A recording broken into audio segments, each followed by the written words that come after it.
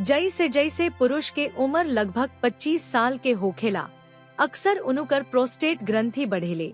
ई एगो प्राकृतिक प्रक्रिया है जवना के बनाइन प्रोस्टैटिक हाइपोप्लेजिया (BPH) कहल जाला। एकर मतलब ई ना होला कि रौरा कैंसर बा। BPH से पीड़ित पुरुष के शायद कबो एहसास ना होखे कि उनका प्रोस्टेट बढ़ गईल बा, लेकिन ज्यादातर बेर BPH से कुछ परेशान करे वाला लक्षण जरूर होखेला, जैसे कि बार बार पेशाब होखे, खास तौर पर रात में, पेशाब के कमजोर धारा जैसे कि पेशाब ड्रिबल भा लीक होखल, पेशाब शुरू करे भा बंद करे में दिक्कत, आपन मूत्राशय पूरा तरह से खाली ना कर सकेला। ये 5 सरल कदम BPH के कुछ लक्षण के कम करे में मदद कर सकेला। 1. व्यायाम। नियमित रूप से व्यायाम अवूरी आराम के तकनीक जैसे ध्यान के अभ्यास कईला से तनाव कम कईल जा सकता।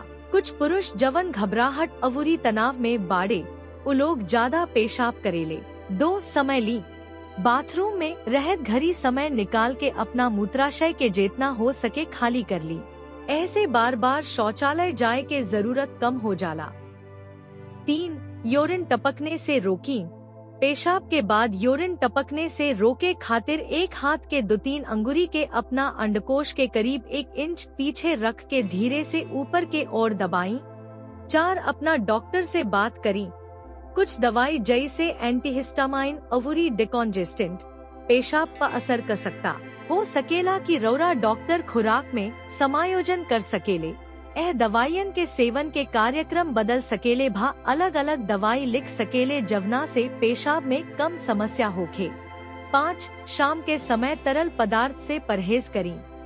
खास तौर पर कैफीन वाला अवूरी शराबी पेय पदार्थ से परहेज करे के चाहिए। दवाई अवूरी इलाज हमेशा एगो विकल्प होखेला, लेकिन कुछ साधारण जीवन शैली में बदलाव बढ़ल प्रोस्टेट के लक्षण से राहत देवे में बहुत मददगार साबित हो सकता। काहे ना वो लोग के एक बेर आजमा के देखी। दवाई या सर्जरी के विकल्प के बारे में औरी जाने खातिर हमनी के औरी वीडियो देखी।